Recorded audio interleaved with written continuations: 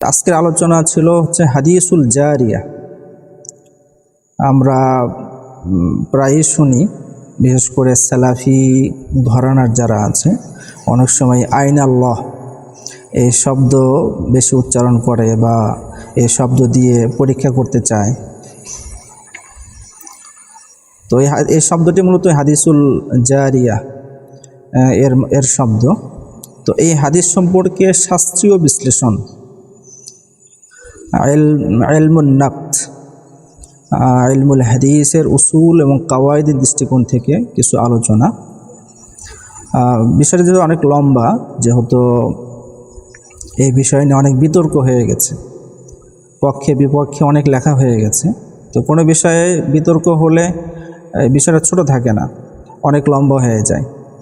আর কিছু বিষয় এমন অনেক সূক্ষ্ম আছে যারা উলুমুল হাদিসের মাঝে, বিশেষ করে ইলালের বিষয়ে অনেক কাজ করেছেন, তাদের সাথে আলোচনা করাটা সহজ।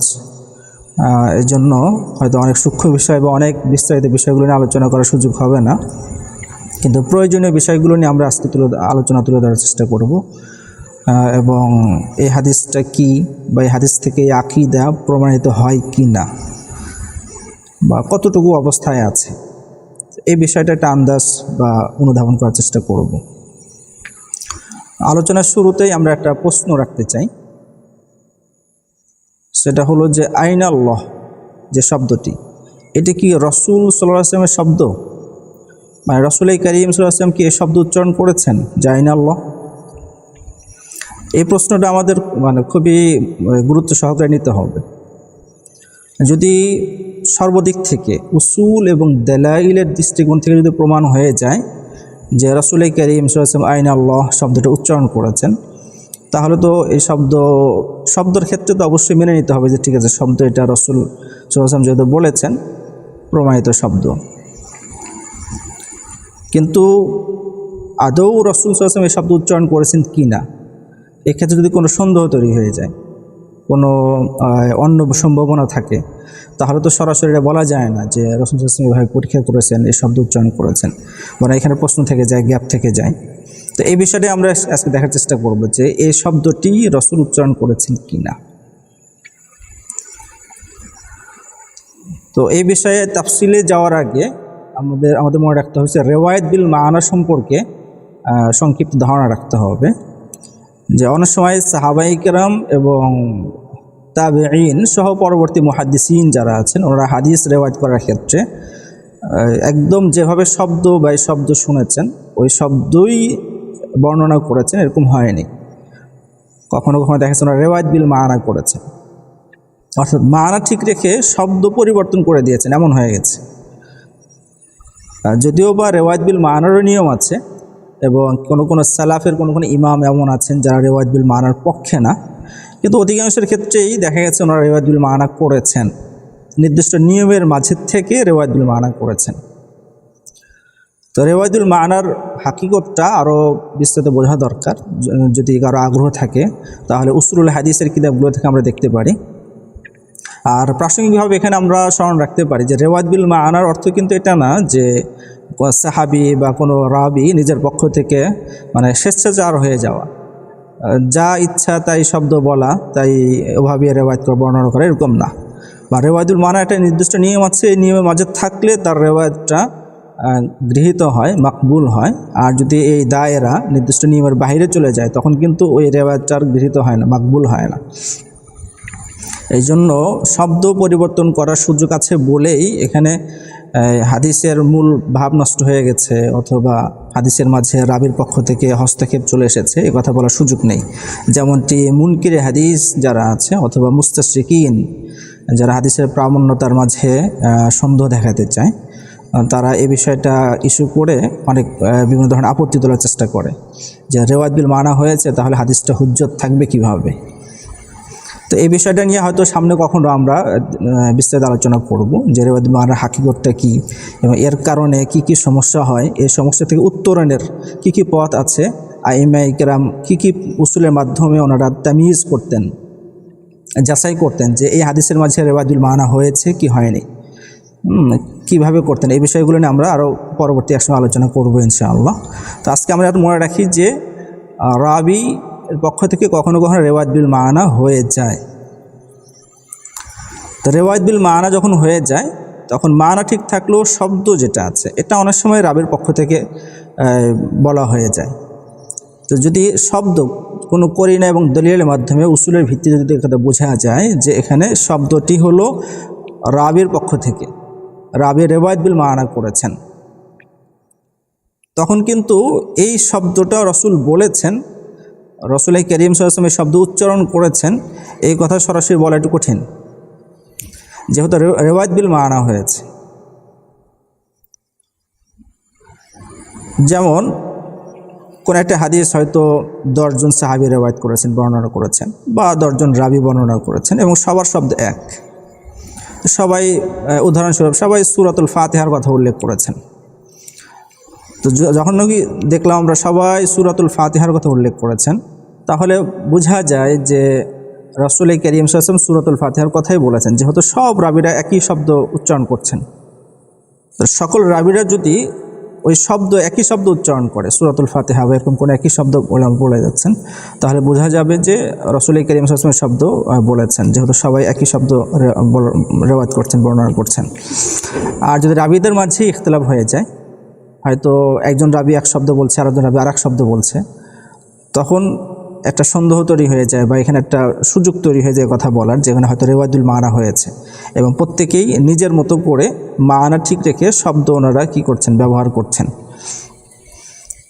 তো বিশেষ করে এই ক্ষেত্রে যখন রাবিদের মাঝে ইখতিলাফ হয়ে যাবে শব্দ উচ্চারণ করার ক্ষেত্রে, তখন আমাদের মনে রাখতে হবে যে হয়তো এখানে রেওয়ায়াত বিল মানা হয়েছে। আর রেওয়ায়াত বিল মানা হয়ে গেলেই তখন এই শব্দ রাসূল সাল্লাল্লাহু আলাইহি ওয়াসাল্লাম উচ্চারণ করেছেন কিনা এই বিষয়টা নিশ্চিত বলা একটু কঠিন হয়ে যাবে তখন। তো আজকে আমাদের যে আলোচনা হাদিসুল জারিয়া। তো হাদিসুল জারিয়ার হাদিসটা আমরা কেউ পড়ি। তো হাদিসুল জারিয়ার ব্যাপারে একাধিক বর্ণনা আছে। তো এর মাঝে সবচাইতে আসহ মাহফিল বাব যদি বলা যায় যে এই বিষয়ে সবচাইতে বিশুদ্ধ হাদিস হচ্ছে সহিহ মুসলিমের রেওয়ায়েত। তো সহিহ মুসলিমের হাদিসটা আমরা পড়ি, এরপর আমরা দেখব যে সহিহ মুসলিমের মাঝে যে শব্দটা এসেছে এই শব্দের ক্ষেত্রে রাবিদের মাঝে কোনো ইখতিলাফ হয়েছে কিনা, অর্থাৎ রেওয়ায়াত বিল মানা হয়েছে কিনা, এটা সম্ভাবনা আছে কিনা, এ বিষয়ে আমরা দেখার চেষ্টা করব।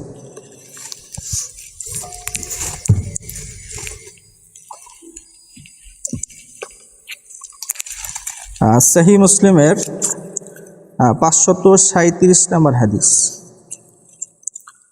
তো এই হাদিসের মাঝে রাসূল করিম সাল্লাল্লাহু আলাইহি ওয়াসাল্লাম হাদিসুল জারিয়া সম্পর্কে,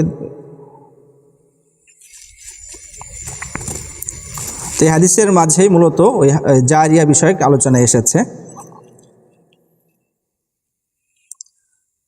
তো হাদিসের সনদটা আমরা শুনতে পারি, পুরা সনদ না হলেও কিছু অংশ, যে অংশটা আমাদের এখানে বেশি প্রয়োজন হবে এই অংশটা আমরা শুনতে পারি। যে আন হেলাল ইবনে আবি মাইমুনা আন আতা ইবনে ইয়াসার আন মুআবিয়া ইবনুল হাকাম আস-সুলামি। তো এই হাদিসের মূল সাহাবী হচ্ছেন মুআবিয়া ইবনুল হাকাম আস-সুলামি রাদিয়াল্লাহু আনহু। তো লম্বা হাদিসের শেষ দিকে উনি বলছেন যে ওনার একজন জারিয়া ছিল, যার দায়িত্ব ছিল হচ্ছে ছাগল চরানো। তো একদিন দেখলেন যে একটা ছাগল নেই, হয়তো বাঘ খেয়ে ফেলছে। তো এটা শুনে উনি অনেক রেগে গেলেন। রেগে যে উনি কী করলেন, থাপ্পড় বা চর মারলেন। এরপরে রাসূল করিম সাল্লাল্লাহু আলাইহি ওয়াসাল্লামের কাছে আসলেন। রাসূল করিম সাল্লাল্লাহু আলাইহি ওয়াসাল্লামের কাছে এসে বললেন, পুরো ঘটনা বললেন। এবং কোনো কোনো বর্ণনা থেকে বোঝা যায় যে ওনার উপরে মানে ইতকু রাকাবা, একজন জারিয়া বাদী গোলাম আজাদ করা ওনার দায়িত্ব ছিল, যেভাবেই হোক ওনার দায়িত্বে জিম্মাদারিতে ছিল। তো এখন রাসূল করিম সাল্লাল্লাহু আলাইহি ওয়াসাল্লামের কাছে উনি মানে প্রস্তাব পেশ করছেন যে আমার একটা জারিয়া আছে, তো এই জারিয়াকে আমি আজাদ করে দিব কিনা বা আজাদ করে দিলে হবে কি না। তো রাসূল করিম সাল্লাল্লাহু আলাইহি ওয়াসাল্লাম বলেছেন যে ইতিনি বিহা, তুমি আমার কাছে ওই জারিয়াকে নিয়ে আসো। ফাআতাইতুহু বিহা ফাকালা লাহা। তো মুআবিয়া ইবনুল হাকাম আস-সুলামি রাদিয়াল্লাহু আনহু বললেন যে আমি আমার জারিয়াকে রাসূলের কাছে নিয়ে আসলাম। তো রাসূল করিম সাল্লাল্লাহু আলাইহি ওয়াসাল্লাম জিজ্ঞেস করলেন তাকে যে আইনা আল্লাহ, রাসূল সাল্লাল্লাহু আলাইহি ওয়াসাল্লাম জিজ্ঞেস করলেন আইনা আল্লাহ, আর ক্বালাত ওই জারিয়া বলল যে ফিস সামাই। তো হাদিসের এই অংশটা হচ্ছে আমাদের আলোচনার মূল কেন্দ্রে থাকবে, আলোচ্য বিষয় হবে যে রাসূল করিম সাল্লাল্লাহু আলাইহি ওয়াসাল্লাম জারিয়াকে জিজ্ঞাসা করেছেন যে আইনা আল্লাহ, আর জারিয়া রাসূলের প্রশ্নের উত্তরে বলেছেন যে ফিস সামা। এরপরে রাসূল সাল্লাল্লাহু আলাইহি ওয়াসাল্লাম আবার জিজ্ঞাসা করেছেন যে ক্বালা মান আনা, আমি কে? ক্বালাত আনতা রাসূলুল্লাহ। তো এই প্রশ্ন উত্তরের পরে রাসূল করিম সাল্লাল্লাহু আলাইহি ওয়াসাল্লাম বলেছেন যে আতিকহা ফাইন্নাহা মুমিনা, যে তুমি এই জারিয়াকে আজাদ করতে পারো, যেহেতু এই জারিয়া হচ্ছে মুমিনা, তার ঈমান আছে।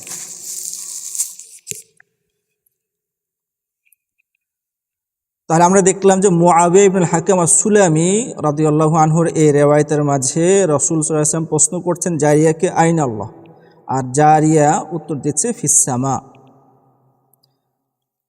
এখান থেকে তো বোঝা যায় যে রাসূল করিম সাল্লাল্লাহু আলাইহি ওয়াসাল্লাম এই শব্দ উচ্চারণ করেছেন যে আইনা আল্লাহ, কিন্তু প্রশ্ন তখনই দাঁড়াবে যে এই হাদিসের অন্য অন্য বর্ণনাতেও কি রাসূল সাল্লাল্লাহু আলাইহি ওয়াসাল্লাম আইনা আল্লাহ শব্দ দিয়ে প্রশ্ন করেছেন? যদি সকল বর্ণনার মাঝে রাসূল করিম সাল্লাল্লাহু আলাইহি ওয়াসাল্লাম আইনা আল্লাহ দিয়ে প্রশ্ন করেন, তাহলে মোটামুটি নিশ্চিত হওয়া যায় যে ঠিক আছে, আইনা আল্লাহ রাসূলের শব্দ, রাসূল উচ্চারণ করেছেন। আর যদি দেখা যায় যে না, অন্য বর্ণনার মাঝে রাসূল করিম সাল্লাল্লাহু আলাইহি ওয়াসাল্লাম অন্য বর্ণনার মাঝে প্রশ্নের শব্দ, প্রশ্নের ভাষা আইনা আল্লাহ আসেনি, বরং অন্য শব্দ এসেছে, তখনই এখানে মানে কথা বলার সুযোগ এসে যাবে যে এখানে রিওয়ায়াত বিল মানা হয়েছে কিনা। তো এই হাদিসের আরেকটি বর্ণনা যেটা ইমাম যাহাবী রাহমাতুল্লাহি আলাইহি উনি আল উলু এই কিতাবের মাঝে উল্লেখ করেছেন। তো এই হাদিসে আমরা দেখলাম যে মুআবিয়া ইবনুল হাকিম আস-সুলামি সাহাবী, ওনার শাগরেদ হচ্ছে আতা ইবনে ইয়াসার এবং ওনার শাগরেদ হচ্ছে হেলাল ইবনে আবি মাইমুনা। তো আতা ইবনে ইয়াসার ওনার আরেকটা বর্ণনা আছে, ওই বর্ণনার মাঝে ওনার শব্দ হলো যেটা যাহাবী রাহিমাহুল্লাহ আল উলুর মাঝে যেটা উল্লেখ করেছেন, সেটা রাসূল করিম সাল্লাল্লাহু আলাইহি ওয়াসাল্লাম এর কাছে যখন নাকি ওই জারিয়াকে নিয়ে আসা হলো, তো রাসূল সাল্লাল্লাহু আলাইহি ওয়াসাল্লাম হাতে ইশারা করে জিজ্ঞাসা করেছেন যে মান ফিস সামা। এখানে আমাদের স্মরণ রাখতে হবে যে তাহলে এই বর্ণনার মাঝে রাসূল করিম সাল্লাল্লাহু আলাইহি ওয়াসাল্লাম হাত দিয়ে ইশারা করলেন এবং ইশারা করে জিজ্ঞাসা করলেন মান ফিস সামা। তাহলে আগের বর্ণনায় আমরা দেখলাম যে ওখানে আইনা আল্লাহ আছে, আর এই বর্ণনার মাঝে আছে মান ফিস সামা। তো এই কথা জিজ্ঞাসা করার পরে রাসূল জারিয়া উত্তর দিয়েছেন যে আল্লাহ। তাহলে একই হাদিসের দুই বর্ণনার মাঝে আমরা দেখলাম যে এক বর্ণনার মাঝে আইনা আল্লাহ আছে, আর এক বর্ণনার মাঝে মান ফিস সামা আছে। তো এখন হয়তো কেউ বলতে পারে যে পরের বর্ণনা যেটা সহিহ আতা ইবনে ইয়াসারের যে দ্বিতীয় বর্ণনা ইমাম যাহাবী রাহিমাহুল্লাহ উল্লেখ করেছেন, এই বর্ণনা কি মাকবুল বা সহিহ বা হাসান পর্যায়ের, যেটা হেলাল ইবনে আবি মাইমুনা অথবা সহিহ মুসলিমের যে রিওয়ায়াত আছে এই রিওয়ায়াতের সাথে কি এটার ইখতিলাফ বা তাআরুজ পর্যায়ে যেতে পারে কিনা, এতটা কুওয়াত বা তার মাঝে সিহত বা সুবুতের পর্যায়ে আছে কিনা। তো এই জায়গায় এসে অনেকেই মানে দ্বিমুখী আলোচনা করেছেন, কেউ কেউ পক্ষে আলোচনা করেছেন, কেউ বিপক্ষে আলোচনা করেছেন। অনেকেই একথা বলার চেষ্টা করেছেন যে দ্বিতীয় বর্ণনা যেটা আমরা যাহাবী রাহিমাহুল্লাহর কিতাবের উদ্ধৃতিতে উল্লেখ করলাম যে এটা প্রমাণিতই না। আর অনেকেই দেখেছেন যে না, সনদের বিচারে এটাও একটা সাবেত বর্ণনা এবং এর ভিত্তিতে কথা বলা যায় যে এখানে ইখতিলাফ আছে বা তাআরুজ আছে। তো যারা বিপরীত আলোচনা করেছেন তাদের মাঝে সবচেয়ে বেশি কঠিন ভাষায় যিনি আলোচনা করেছেন শেখ আলবানী, উনি মুখতাসিরুল উলু কিতাবের মাঝে বা অন্য অন্য জায়গাতে এই হাদিস নিয়ে উনি যে আলোচনা করেছেন, এই আলোচনার মাঝে বলাই যায় যে এক ধরনের বাড়াবাড়ি হয়ে গেছে। আলোচনা, শব্দ চয়ন অথবা যাকে উনি রদ করছেন, যার বিপক্ষে উনি কথা বলছেন, যাকে সমর্থন করছেন, সর্বদিক থেকে মানে বাড়াবাড়ি শিকার হয়েছেন। ওনার কিছু কিছু শব্দতে এমন আছে পড়লে আপনি অবাক হয়ে যাবেন। ওনার মূল টার্গেট ছিল হচ্ছে আল্লামা কাউসারি রাহিমাহুল্লাহ। যেহেতু আল্লামা কাউসারি রাহিমাহুল্লাহ উনি আল আসমা ওয়াস সিফাত এই কিতাবের হাসিয়ার মাঝে উনি একথা বলেছেন যে সহিহ মুসলিমের যে রওয়ায়াত বা আইন আল্লাহ যে রওয়ায়াত, এই রওয়ায়াতের মাঝে কি আছে, এই হাদিসের মাঝে ইখতিলাফ আছে বা ইস্তিরাব আছে। তো কাউসারী রাহিমাহুল্লাহ যেহেতু ইস্তিরাবের দাবি করেছেন এবং ইস্তিরাব কোন দিক থেকে এই কথা বুঝাইতে গিয়ে এই আতা ইবনে ইয়াসারের দ্বিতীয় বর্ণনা উল্লেখ করেছেন। তো কাউসারী রাহিমাহুল্লাহ এটা কেন করলেন? তো এই এটার জন্যই শেখ আলবানী ওনাকে বিভিন্ন ধরনের এমন এমন কঠিন শব্দ ব্যবহার করেছে যেটা আসলে ইতিদাল পর্যায়ে বলা যায় না, এখানে বাড়াবাড়ি এবং চরমপন্থার পর্যায়ে চলে গেছে। এবং এই বাস্তবতা আসলে বলতেই হয় যে সালাফিদের মাঝে যে এক ধরনের উগ্রভাব বা চরমপন্থায় চলে যাওয়া, বাড়াবাড়ি করা, এটার পিছনে বড় একটা কারণ শেখ আলবানী। শেখ আলবানীর রুদুদ পর্যায়ে খণ্ডমূলক যে কাজগুলো আছে, এই কাজগুলোর ভাষা, শব্দচয়ন এবং উসলুব পদ্ধতি এর মাঝেই বাড়াবাড়ি আছে, যেটা অনেকেই জানেন। এবং ওনার মুআসিরিন যারা আছে, ওনার সাথে যারা কাজ করেছেন, তারাও এই কথা স্বীকার করেছেন এবং ওনারা লিখে গেছেন এটা। যেমন নাকি এখানেই উনি যে শব্দগুলো ব্যবহার করেছেন, এই শব্দগুলো যদি আপনি পড়েন তাহলে বুঝবেন। যেমন নাকি কাউসারী রাহিমাহুল্লাহ আল আসমা ওয়াস সিফাত কিতাবের মাঝে উনি এর দাবি করেছেন যে এই রিওয়ায়াতের মধ্যে ইখতিলাফ আছে। ইখতিলাফের দলিল হিসেবে উল্লেখ করেছেন যে আতা ইবনে ইয়াসারের ভিন্ন দ্বিতীয় রিওয়ায়াতটা। তো এটা কেন বললেন? তো এটার কারণেই এটা রদ করতে গিয়ে শেখ আলবানী ব্যবহার করেছেন যে ওয়া মা যালিক নারা আল কাউসারিয়া আল হালিকা ফি তাআসসুবিহি, আল হালিক ফি তাআসসুব, এই শব্দ ব্যবহার করেছেন। উনি এখানে যে কথা বলেছেন এটা আসলে দলিলের বিচারে বলেননি, উসুলের বিচারে বলেননি। এটা ওনার নিজের মাসলাক, নিজের মাওকিফ, নিজের মতাদর্শকে প্রমাণ করার জন্য দলিল থাক বা না থাক উনি এ কথা বলে গেছেন, এরকম একটা বিষয়ের ইঙ্গিত দেওয়া হয়েছে। তো আল হালিক ফি তাআসসুব, তাআসসুব করতে গিয়ে একদম বাড়াবাড়ি করা, তাআসসুবের ভিতরে ঢুকে যাওয়া, তো এটা কাউসারী রাহিমাহুল্লাহর ব্যাপারে তারা প্রায়ই বলে যায় আর কি। কিন্তু আসলে এটার বাস্তবতা কতটুকু, বা কেউ যদি নিজের মাযহাবের পক্ষে কথা বলে তাহলে কি এটাই তাআসসুব হবে? তাআসসুব তো নিজের মত বা নিজের রায়ের পক্ষে যদি কেউ খামাখা ইসরার করে, দলিল থাক বা না থাক, সে যদি এখানে নিজের রায়ের উপর অটুট থাকে, অবিচল থাকে, নিজের রায়কে ছেড়ে দিতে না চায়, যেখানে দলিল নাই, অন্য জায়গার থেকে জোড়াতালি দিয়ে দলিল বানানো অথবা তাহরিফ করে হলেও যে কোনো মূল্যে হোক নিজের রায়কে প্রমাণ করার চেষ্টা করা, এটাও কিন্তু এক ধরনের তাআসসুব। সবসময় মাযহাবের পক্ষে কথা বললে তাআসসুব হবে এরকম জরুরি না, নিজের রায়ের ব্যাপারেও এরকম ধরনের আচরণ করাও তাআসসুব। তো এক্ষেত্রে অনেক সালাফিরাও মুতাআসসিব, তাদের যে মতাদর্শ, যে মাওকিফ, তো এটার উপরে তারা এত অবিচল থাকে যে এর বিপক্ষে যদি অনেক মজবুত দলিলও উপস্থাপন করা হয় তারপরেও তারা ওদের শোনে না, বরং নিজের পক্ষেই কথা বলতে থাকে। তো কাউসারী রাহিমাহুল্লাহকে অনেক সময় এই কথা বলা হয় যে উনি মুতাআসসিব ছিলেন, কিন্তু যারা বলে তারা কি তাআসসুব থেকে খালি, তারা কি মুক্ত? যাই হোক, তো এই ভাষাটা বড়াই উদ্দেশ্য। এরপর শেখ আলবানী ওনার বলছেন যে ইউহাবিলু আত-তাশকিকা ফি সিহহাতিহি বিদ্দাইল ইসতিরাবি ফিহি, যে মূল হাদিস সহি কি সহি না এই ব্যাপারে সন্দেহ তৈরি করার চেষ্টা করেছে কাউসারী রাহিমাহুল্লাহ। তো উনি তো সন্দেহ তৈরি করার চেষ্টা করেনি, বরং উনি হাকিকতটাকে সামনে রেখেছেন। যদি বিষয়টা এমন হতো যে সব রাবিরা একই শব্দ বলছে তাহলে তো কথা বলার সুযোগ ছিল না। যখনই ভিন্ন কোনো রেওয়ায়েত পাওয়া গেছে এবং সেখানে ভিন্ন শব্দে প্রশ্ন উল্লেখ হয়েছে তাহলে তো কথা বলার সুযোগ থাকবেই। উনি তো কোনো অপচেষ্টা করেননি, বরং দলিল এবং উসুলের আলোকে যতটুকু কথা বলার সুযোগ থাকে অতটুকু তিনি উনি কথা বলেছেন। তো যাই হোক, তো আতা ইবনে ইয়াসার রাহিমাহুল্লাহর দ্বিতীয় বর্ণনা যেটা আছে, তো এই বর্ণনা সম্পর্কে শেখ আলবানীর মন্তব্য হলো যে এই বর্ণনা হচ্ছে মুনকার। তো মুনকার হওয়ার বা দাঈফ হওয়ার সবচেয়ে বড় কারণ হিসেবে উনি দেখিয়েছেন যে এই বর্ণনায় একজন রাবি আছেন সাঈদ ইবনে যায়েদ। তো সাঈদ ইবনে যায়েদ উনি যেহেতু দাঈফ, দুর্বল, যার কারণে হাদিসটা দুর্বল। বিশেষ করে এই হাদিসের মাঝে ইয়াদ বা ইস্তেফহামের কথা আছে, তো এটাকে উনি মুনকার হিসেবে আখ্যা দিয়েছেন। তো শেখ আলবানী যেহেতু সাঈদ ইবনে যায়েদের কথা উল্লেখ করেছেন যে সাঈদ ইবনে যায়েদ উনি যেহেতু দুর্বল, তাহলে রেওয়ায়তটা দুর্বল হয়ে যাবে। আর এই রেওয়ায়তটা দুর্বল হলে সহিহ মুসলিমের রেওয়ায়তের সাথে আর ইখতিলাফ বা তাআরুজের কথা এই আপত্তি আর তোলার সুযোগ থাকবে না। তো এখানে আমাদের দেখতেই হয় যে সাঈদ ইবনে যায়েদ আদৌ দুর্বল কিনা। যেভাবে শাইখ আল আলবানী উনি সাঈদ ইবনে যায়েদকে উপস্থাপন করেছেন দুর্বল হিসাবে, বাস্তবিক কি তেমন? কেউ কি ওনাকে তাওসিক করেননি? উনি যে সেকা এ কথা কি কেউ বলেনি? এটা কি বাস্তবতা?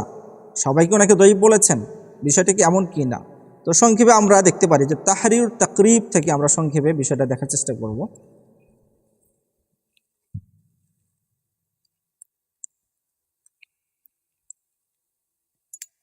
তো তাহরির তাকরিবের মাঝে সাঈদ ইবনে যায়েদ সম্পর্কে নুকাদ আইম্মায়ে ইকরাম যা বলেছেন যে উনি হাদিসের ব্যাপারে কোন পর্যায়ের, তো ওনাদের সবার আলোচনার একটা সংক্ষেপ এখানে তুলে ধরা হয়েছে। বিস্তারিত আলোচনায় আমরা যাচ্ছি না, সংক্ষেপ এখানে আলোচনা করা হচ্ছে। তো সাঈদ ইবনে যায়েদের আলোচনায় তাহরিরের মাঝে টিকাতে উল্লেখ করা হয়েছে যে কদ ওয়াসাকাহু ইয়াহইয়া ইবনে মাঈন, তার সাঈদ ইবনে যায়েদকে ইবনে মাঈন রাহিমাহুল্লাহ তাওসিক করেছেন। ওয়া ইবনু সাদ ওয়াল ইজলি, ওনারা সবাই তাওসিক করেছেন। ওয়া ক্বাল আল বুখারী সদুকুন হাফিজুন, সাঈদ ইবনে যায়েদকে ইমাম বুখারী রাহিমাহুল্লাহ বলেছেন সদুকুন হাফিজুন। ওয়া ক্বাল আহমদ লাইসা বিহি বাসুন। তাহলে দেখেন যে একাধিক ইমাম তাওসিক করেছেন। ইমাম বুখারী রাহিমাহুল্লাহ সদুকুন হাফিজুন বলেছেন, আহমদ ইবনে হাম্বল রাহিমাহুল্লাহ লাইসা বিহি বাসুন বলেছেন। এর বিপরীত কোনো কোনো ইমাম বলেছেন যে লাইসা বিল কাবি। বিশেষ করে ইয়াহইয়া ইবনে সাঈদ আল কাত্তান রাহিমাহুল্লাহ আর কথাকে শাইখ আলবানী বড় করে দেখানোর চেষ্টা করেছেন যে উনি দাআফাহু জিদ্দান। কিন্তু এখানে কথা হলো যে ইয়াহইয়া ইবনে সাঈদ আল কাত্তান রাহিমাহুল্লাহ উনি দাঈফ বললেও ওনার সাথী আব্দুর রহমান ইবনে মাহদী রাহিমাহুল্লাহ উনি সাঈদ ইবনে যায়েদকে পছন্দ করতেন। তো উসুলুল হাদিসের মাঝে এটা পরিষ্কারই লেখা আছে যে ইয়াহইয়া ইবনে সাঈদ আল কাত্তান উনি হচ্ছে মুতাশাদ্দিদ, মানে অনেক ছোট কারণে বড় ধরনের যারা করে থাকেন। তো কখনো কখনো যদি দুজনের মাঝে ইখতিলাফ হয়ে যায় ইয়াহইয়া ইবনে সাঈদ আল কাত্তান এবং ইবনে মাহদী, তাহলে ইবনে মাহদী রাহিমাহুল্লাহর কথা মুতাদিল ইআতিদালের পর্যায়ে হয়, এরকম কথা অনেকে বলেছেন। তো ইবনে মাহদী রাহিমাহুল্লাহ যেহেতু সাঈদ ইবনে যায়েদকে গ্রহণ করেছেন, আর এর চাইতেও বড় কথা হচ্ছে যে আহমদ ইবনে হাম্বল রাহিমাহুল্লাহকে জিজ্ঞাসা করা হয়েছে, ওনার ছেলে জিজ্ঞাসা করেছে আহমদ ইবনে হাম্বল রাহিমাহুল্লাহকে যে সাঈদ ইবনে যায়েদের ব্যাপারে আপনার কি, আপনার মন্তব্য কি, মাওকিফটা কি? তো সাঈদ ইবনে যায়েদ এর ব্যাপারে মন্তব্য কি, মাওকিফটা কি, এই বিষয়ে আলোচনা করতে গিয়ে আহমদ হাম্বল রাহিমাহুল্লাহ বলেছেন যে ক্বালা লাইসা বিহি বাসুন। তো লাইসা বিহি বাসুন এটাও মানে তাওসিকের একটা স্তরের ভিতরে পড়ে। দ্বিতীয় স্তরের হলেও এটা এক ধরনের মানে ফিল জুমলা তাওসিক। পরে আহমদ হাম্বল রাহিমাহুল্লাহ বলেছেন ওয়াকানা ইয়াহইয়া ইবনে সাঈদ লা ইয়াস্তামরিহি, তার মানে হচ্ছে আহমদ হাম্বল রাহিমাহুল্লাহ জানতেন যে ইয়াহইয়া ইবনে সাঈদ আল কাত্তান উনি তাজঈফ করেন, উনি সন্তুষ্ট না, উনি মানে রাদি না, এ কথা জানতেন। জানার পরেও উনি লাইসা বিহি বাসুন বলেছেন। তার মানে আহমদ হাম্বল রাহিমাহুল্লাহ জেনে বুঝে ওনার ব্যাপারে তাজঈফের কথা আছে, জারহের কথা আছে, এটা জেনে বুঝে লাইসা বিহি বাসুন বলেছেন। তার মানে বোঝা গেল যে আহমদ হাম্বল রাহিমাহুল্লাহ ইয়াহইয়া ইবনে সাঈদ আল কাত্তানের কথাকে গ্রহণ করেননি।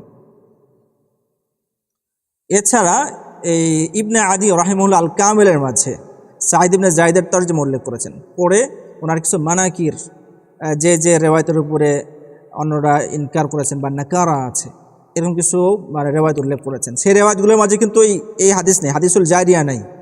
ওই রেওয়ায়তগুলো উল্লেখ করার পরে ইবনে আদি রাহিমাহুল্লাহ শেষ কথা বলেছেন, সেটা হলো ওয়ালি সাঈদ ইবনে যায়েদ গায়রা মা যাকারতু আহাদিসু হিসান। আর এখানে যে রেওয়ায়তগুলো উল্লেখ করা হলো এই রেওয়ায়তগুলোর বাহিরে সাঈদ ইবনে যায়েদের অনেক আহাদিস হিসান আছে। তো এই মন্তব্যটা আমাদের খেয়াল করতে হবে যে এখানে যে রেওয়ায়তগুলো উল্লেখ করেছেন এই রেওয়ায়তগুলোর মাঝে তো হাদিসুল জারিয়া নেই, আর এর বাহিরে ওনার অনেক ভালো হাসান পর্যায়ের এবং সাবেত মাকবুল মুতামাদ জাইয়্যিদ পর্যায়ের রেওয়ায়ত আছে। এ কথা ইবনে আদি রাহিমাহুল্লাহ উনি স্বীকৃতি দিলেন।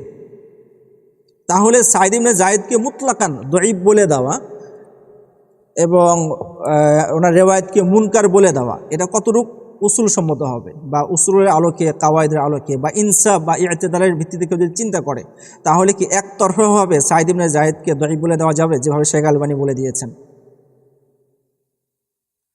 মানে যদি সব কিছু বাদও দেওয়া যায়, একাধিক ইমাম তো তাওসিক করেছেন, বা ইমাম বুখারী রাহিমাহুল্লাহ বলেছেন যে সদুকুন হাফিজুন। তো ইমাম বুখারী রাহিমাহুল্লাহ এই কথাটা হচ্ছে সবচেয়ে মানে মুতাদিল কথা বলা যেতে পারে, বা আমাদের আরও সহজে যদি আমরা শুনতে চাই তাহলে সদুক পর্যায়ে, সদুকুন হাসানুল হাদিস পর্যায়ে বলা যেতে পারে।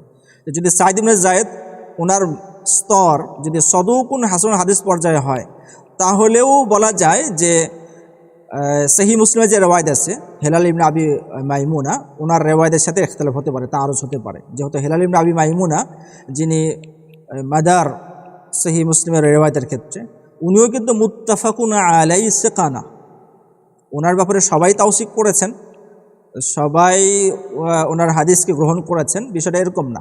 বরং আবু হাতিম রাহিমাহুল্লাহ হেলাল ইবনে আবি মাইমুনা সম্পর্কে বলেছেন হচ্ছে শাইখুন ইউক্তাবু হাদিসুহু, মানে আবু হাতিম রাহিমাহুল্লাহ সিকা বা সদুক হাসানুল হাদিস এরকম ধরনের শব্দ বলেন নেই, বলেছেন হচ্ছে মানে শাইখুন ইউক্তাবু হাদিসুহু, অনেক নিচের স্তরের কথা বলেছেন।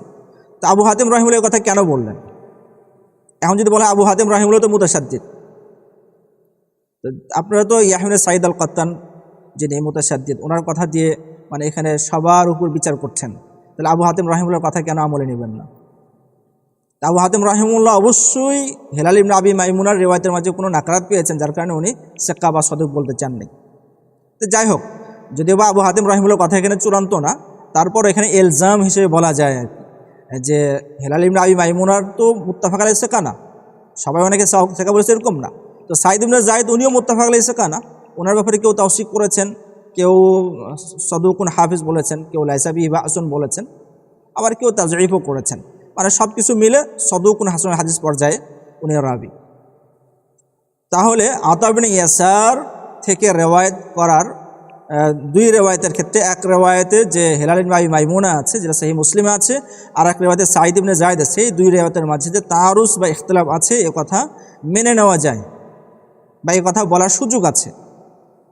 শেখ আলবানী যে ইশকাল করেছেন যে ইয়াদ বা ইস্তেফহাম, তো কাউসাই রাহিমাহুল্লাহ যে ইখতিলাফ বা তাআরুজ দেখিয়েছেন সেটা হচ্ছে মান ফিস সামা এবং আইনা আল্লাহ, এই দুই শব্দের মাঝে। তো এই দুই শব্দ, মান ফিস সামা তো মুনকার না, বা এখানে তো নাকারত নেই, যে শব্দ মুনকার সে শব্দ নিয়ে আসলে আমাদের আলোচনা না, আর যে শব্দ মুনকার নয় মান ফিস সামা এই শব্দ নিয়ে আলোচনা। যে আতা ইবনে ইয়াসারের এক রেওয়ায়েতে এসেছে আইন আল্লাহ, আর এক রেওয়ায়েতে এসেছে মান ফিস সামা, এই রেওয়ায়েতের মধ্যে ইখতিলাফ আছে, তাআরুজ আছে। তো শুধু কি এই দুই রেওয়ায়েত তা না, বরং এই ঘটনা আরও অনেক সাহাবী বর্ণনা করেছেন, ওই সাহাবীদের বর্ণনার মাঝেও ভিন্ন ভিন্ন শব্দ এসে গেছে, মানে অন্যান্য সাহাবাই কেরামও কিন্তু বা অন্যান্য রাবিরাও আইন আল্লাহ শব্দ বলেননি, বরং অন্যান্য শব্দ বলেছেন, যার কারণেই তো এই হাদিস সম্পর্কে ইমাম বাইহাকি রাহিমাহুল্লাহ আল আসমা ওয়াস সিফাত কিতাবের মাঝে বলেছেন যে এই হাদিসের শব্দের মাঝে ইসতিরাব আছে। কাউসাই রাহিমাহুল্লাহ নিজের পক্ষ থেকে বলেছেন এরকম না, বরং কাউসাই রাহিমাহুল্লাহ প্রথমে বাইহাকি রাহিমাহুল্লাহর কথা সামনে নিয়ে এসেছেন, এবং বাইহাকি রাহিমাহুল্লাহর কথা সামনে নিয়ে এসে ওনার কথার ভিত্তিতে বলেছেন যে এখানে ইসতিরাব আছে। কেন? যেহেতু একাধিক রাবি একাধিক শব্দ বলছেন। যেমন আমরা বাইহাকি রাহিমাহুল্লাহর কথা দেখতে পারি ওনার আল আসমা ওয়াস সিফাত কিতাব থেকে, যে বাইহাকি রাহিমাহুল্লাহ আসলে এই হাদিস সম্পর্কে উনি কী মন্তব্য করেছেন, ওনার বক্তব্যটা কী। তো আল আসমা ওয়াস সিফাতের যে নুসখা, দারুল হাদিসের নুসখা আমার কাছে আছে, এটা 421 নম্বর পৃষ্ঠাতে বাইহাকি রাহিমাহুল্লাহ হাদিস উল্লেখ করে বলেছেন যে ইমাম মুসলিম রাহিমাহুল্লাহ, মানে বাইহাকি রাহিমাহুল্লাহর বক্তব্য বলে এটা, যে ইমাম মুসলিম রাহিমাহুল্লাহ হাদিসটা উল্লেখ করেছেন যে কদ আখরাজাহু মুসলিম মুকাত্তাআন, ইমাম মুসলিম রাহিমাহুল্লাহ হাদিসটা পুরো উল্লেখ করেননি, কিছু অংশ উল্লেখ করেছেন। অর্থাৎ এই হাদিসের কয়েকটি ঘটনা আছে, লম্বা আলোচনা আছে, এর মাঝে উনি কিসসাতুল জারিয়ার কথা বাদ দিয়ে বাকি অংশ উল্লেখ করেছেন ইমাম মুসলিম রাহিমাহুল্লাহ। এরা বাইহাকি রাহিমাহুল্লাহর বক্তব্য। কিন্তু এই বক্তব্যের উপর একটা প্রশ্ন আসে যে আমরা সহিহ মুসলিম থেকে পড়লাম এবং দেখলাম যে সেখানে তো হাদিসুল জারিয়া বা কিসসাতুল জারিয়ার আলোচনা আছে, অবশ্যই বাইহাকি রাহিমাহুল্লাহ বলছেন যে ইমাম মুসলিম রাহিমাহুল্লাহ জারিয়ার আলোচনা উল্লেখ করেননি। বা ওই ঘটনার উল্লেখ করেননি। এর কারণ কি? তো এর দুইটা কারণ হতে পারে। একটা কারণ হচ্ছে যে ইমাম বাইহাকি রহিমুল্লাহর কাছে সহিহ মুসলিমের যে নুসখা ছিল ওই নুসখার মাঝে এই হাদিসটা মুতাওয়ালান পূর্ণভাবে উল্লেখ ছিল না। নুসখার ইখতিলাফ হতেই পারে, হয়তো ওনার নুসখার মাঝে মানে জারিয়ার এই ঘটনার উল্লেখ ছিল না, এমন হতে পারে।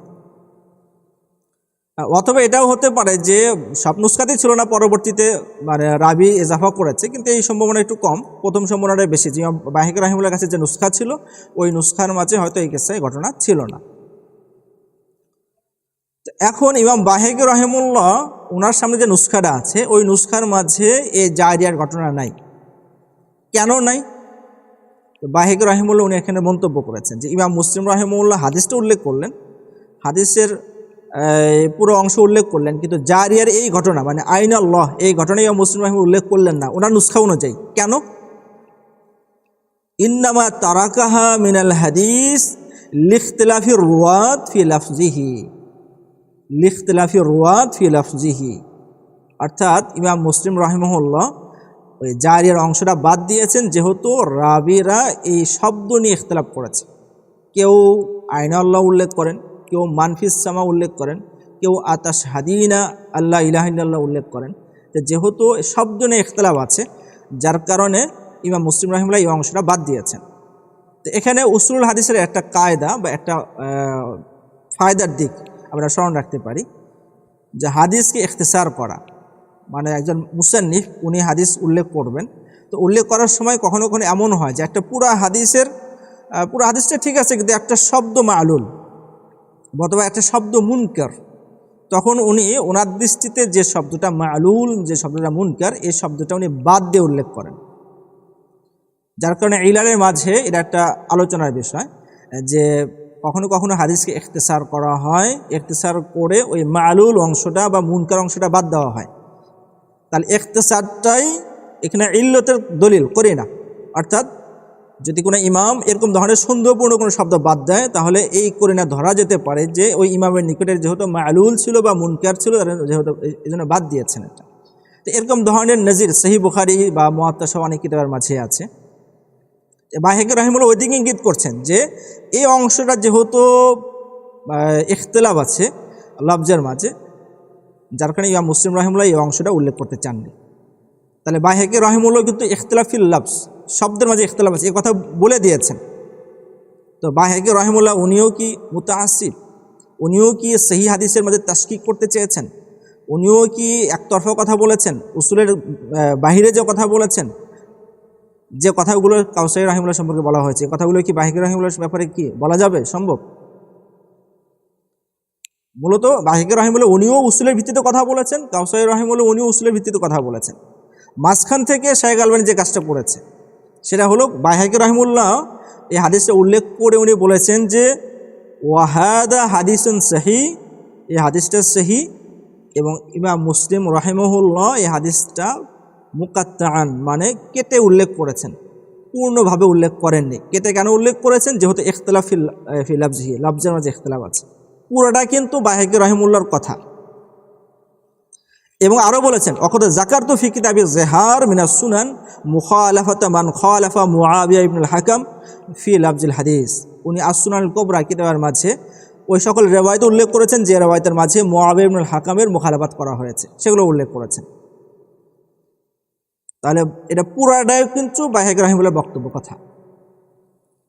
কিন্তু শাইখ আলবানী উনি বাইহাকি রহিমাহুল্লাহর পুরা কথা না নিয়ে শুধু প্রথম কথাটা, অর্থাৎ সহিহুন কদ আখরাজাহু মুসলিম, এতটুকু কথা উল্লেখ করেছেন। যে বাইহাকি রহিমাহুল্লাহ এই হাদিস উল্লেখ করে কি বলেছেন? সহিহুন কদ আখরাজাহু মুসলিম।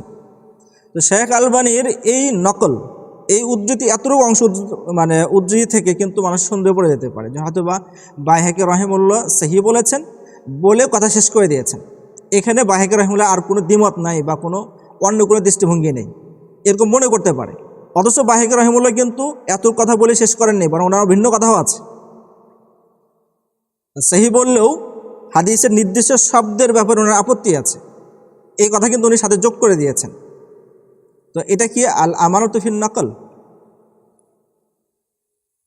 যেটা শাইখ আলবানী করেছেন?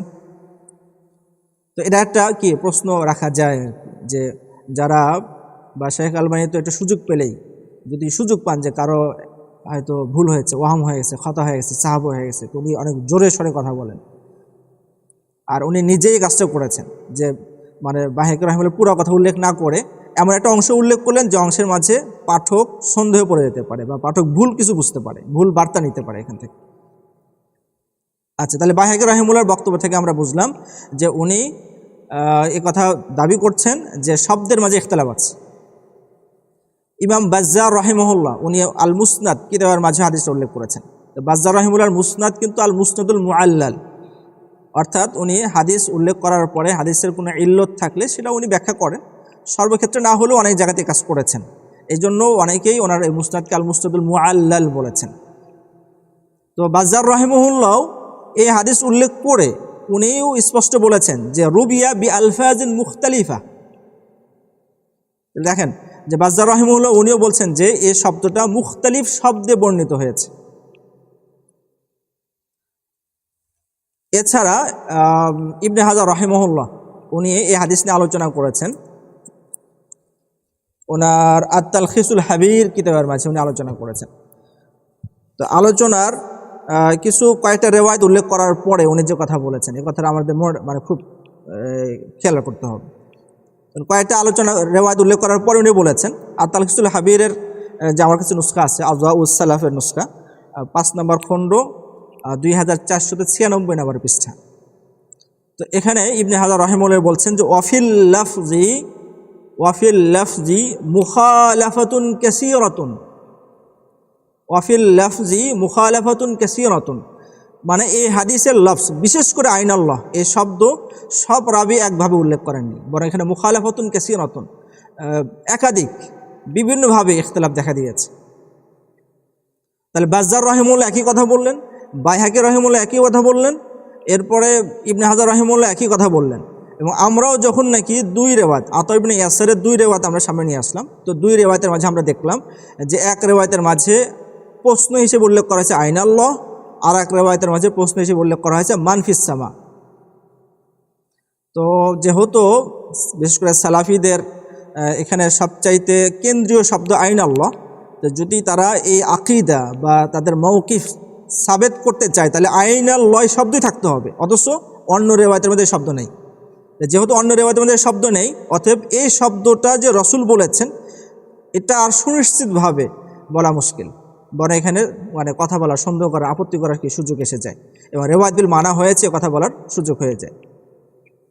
আরও বেশ কয়েকটা আমরা রেওয়ায়েত দেখি যে অন্য অন্য বর্ণনার মাঝে এই ঘটনার ক্ষেত্রে প্রশ্ন হিসাবে কোন শব্দ উল্লেখ হয়েছে।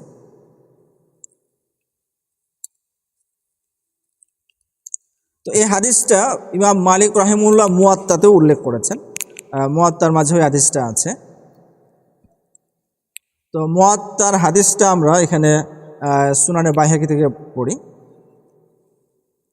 তো এই হাদিসের মাঝে ইমাম মালিক রাহিমাহুল্লাহ ইবনে শিহাব জুহরি রাহিমাহুল্লাহ থেকে বর্ণনা করছেন আন উবাইদুল্লাহ ইবনে আব্দুল্লাহ আন্না রাজুলাম মিনাল আনসার আতান নবিয়্য সাল্লাল্লাহু আলাইহি ওয়াসাল্লাম বিজারিয়াতিন, যে আনসারী কোন একজন সাহাবী উনি একজন জারিয়াকে রাসূলের কাছে নিয়ে আসলেন এবং ওনার কথা বললেন। বলার পরে রাসূল কারীম সাল্লাল্লাহু আলাইহি ওয়াসাল্লাম ওনাকে জিজ্ঞেস করলেন, ফাকালা লাহা রাসূলুল্লাহ সাল্লাল্লাহু আলাইহি ওয়াসাল্লাম আতাশহাদিনা আল্লা ইলাহা ইল্লাল্লাহ। দেখেন এখানে কি শব্দ, রাসূলের প্রশ্নের শব্দটা কি, আতাশহাদিনা আল্লা ইলাহা ইল্লাল্লাহ, ক্বালাত নাআম। তাহলে এই হাদিসটা মুয়াত্তার মাঝে উল্লেখ হয়েছে এবং সহিহ হাদিস এটা,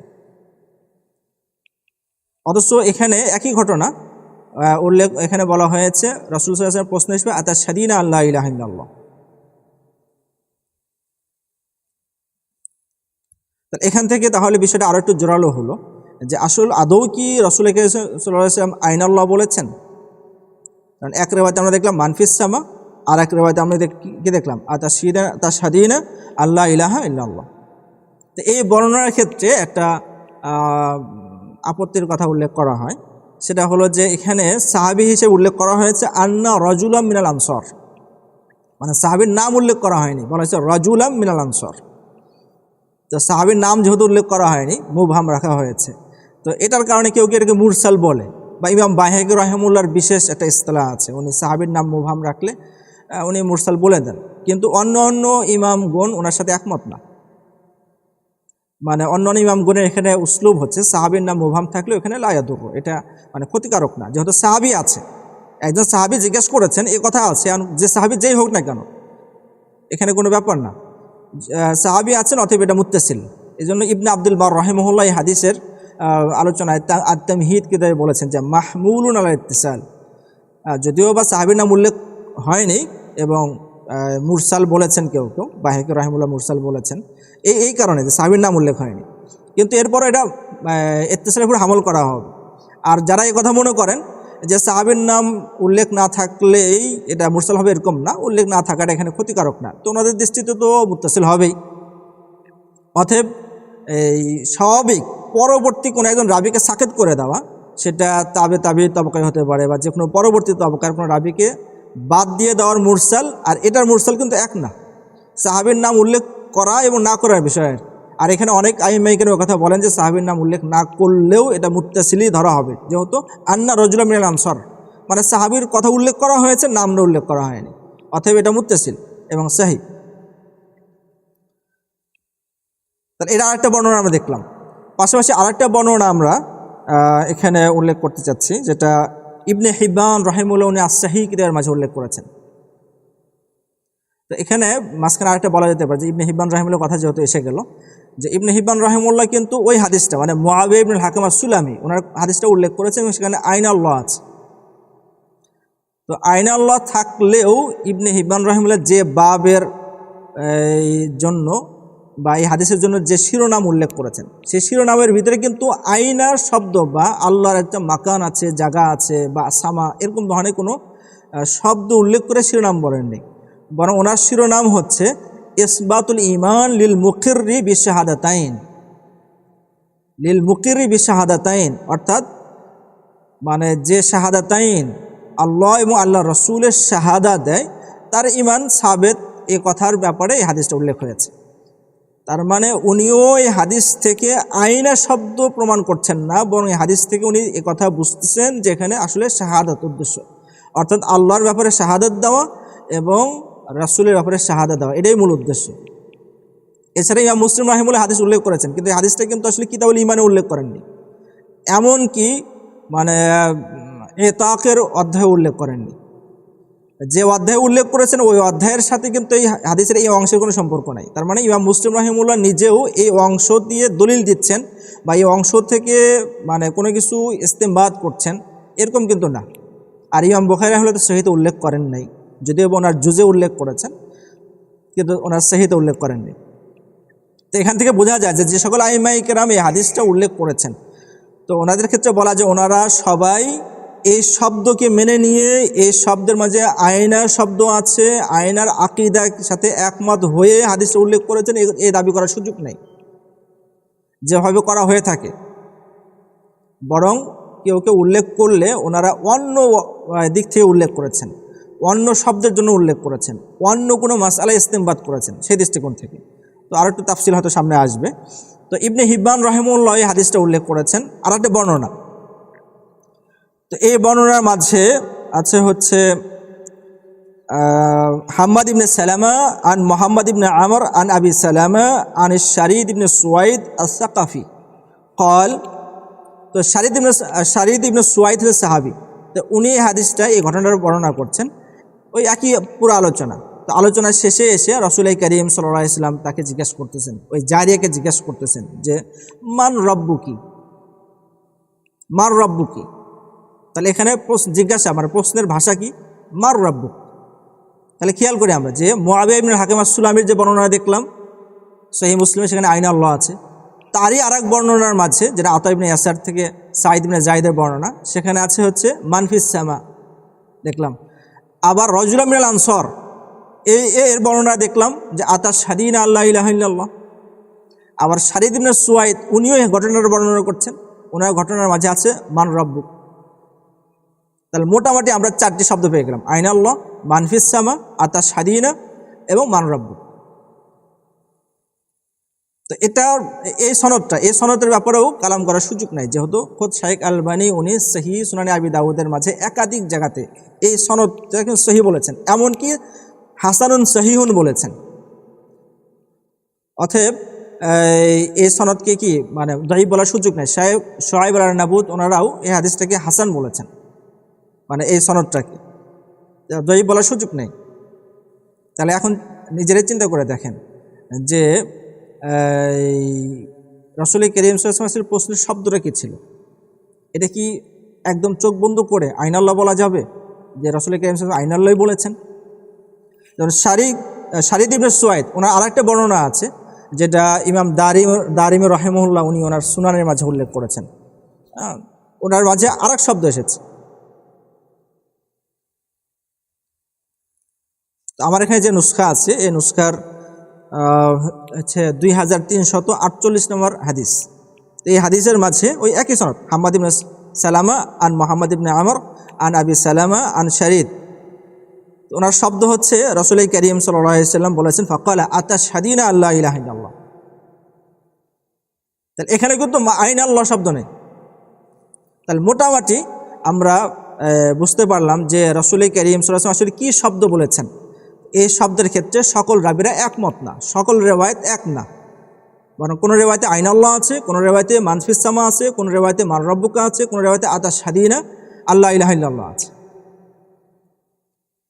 এখন কোন রেওয়ায়েত আসাহ কোনটা আরজা সেটা আরও গভীরে আলোচনা।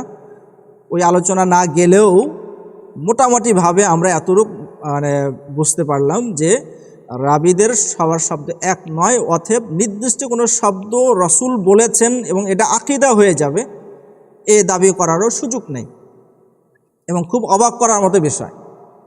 এটা মানে আমরা নিজেরাও ঠান্ডা মাথায় চিন্তা করতে পারি যে বর্তমান সালাফিরা আইন আল্লাহ এই শব্দ নিয়ে যতটুকু বাড়াবাড়ি করে, এবং যেভাবে শাইখ আলবানী উনি মানে জোরদারভাবে লিখেছেন, এবং যেভাবে পরীক্ষা নেওয়া হয়, ইমতিহান করা হয়, ইমানের ইমতিহান, ইমান আছে কি না, মুমিন কি মুমিন না, এটা ইমতিহান করা হবে আইন আল্লাহ দিয়ে।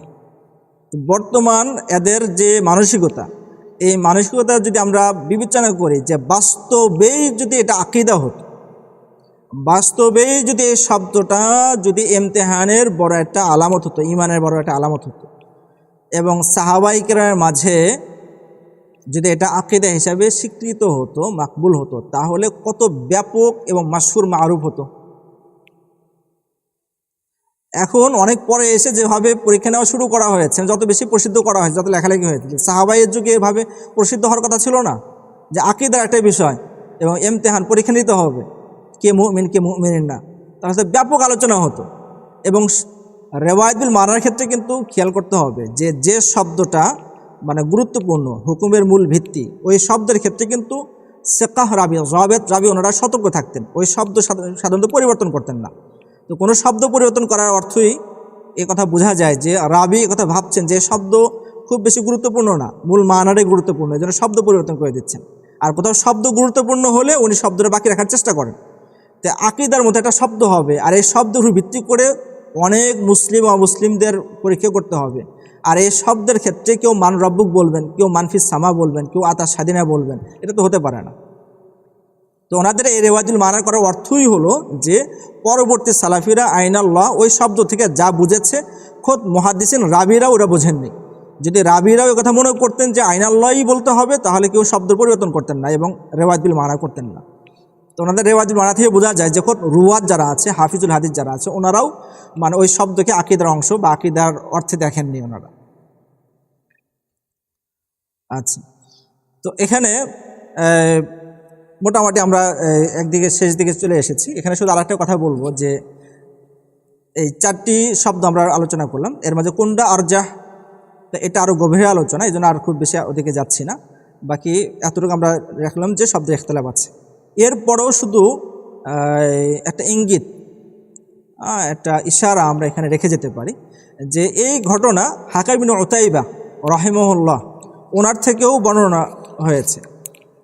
হাকাম ইবনে উতাইবা উনি হয়তো অসুস্থ শুয়ে আছেন, তো ওনার কাছে প্রায় 12 জন ব্যক্তি এসেছেন, মানে যারা যার অন্তর্ভুক্ত এরকম ধরনের 12 জন ব্যক্তি এসেছে। এসে হাকাম ইবনে উতাইবা ওনাকে জিজ্ঞাসা করতেছে যে বালাগাকা, আপনার কাছে কি এই হাদিস পৌঁছেছে যে রাসূল করিম সাল্লাল্লাহু আলাইহি সাল্লাম ওই জারিয়াকে বলেছেন যে ক্বালা লাহা রাসূলুল্লাহ সাল্লাল্লাহু আলাইহি ওয়াসাল্লাম আতাশহাদিনা আল্লা ইলাহা ইল্লাল্লাহ ওয়া আন্না মুহাম্মাদার রাসূলুল্লাহ ফাকালাত নাম।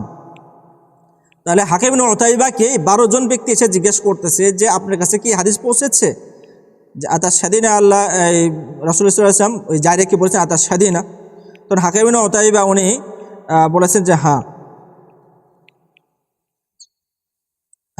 তাহলে এখান থেকে একটা ইশারা ইঙ্গিত পাওয়া যায় যে এই রেওয়ায়েতের যে সিগা অর্থাৎ আতাশহাদিনা এই শব্দটাই মারুফ ছিল, প্রসিদ্ধ ছিল, যেহেতু অনেকগুলো ব্যক্তি এসেছেন এবং ওনারা এই শব্দে ওনারা সলভ করেছেন। তো এখানে যদি অন্য শব্দ থাকতো তাহলে ওই শব্দই বলতেন। তো একাধিক ব্যক্তি, একটা জামাত এই শব্দ মানে উল্লেখ করা এবং ওনারও সমর্থন করা, তো এখান থেকে বোঝা যায় যে আতাশহাদিনা এই শব্দই কি ছিল, মারুফ ছিল, মাশহুর ছিল।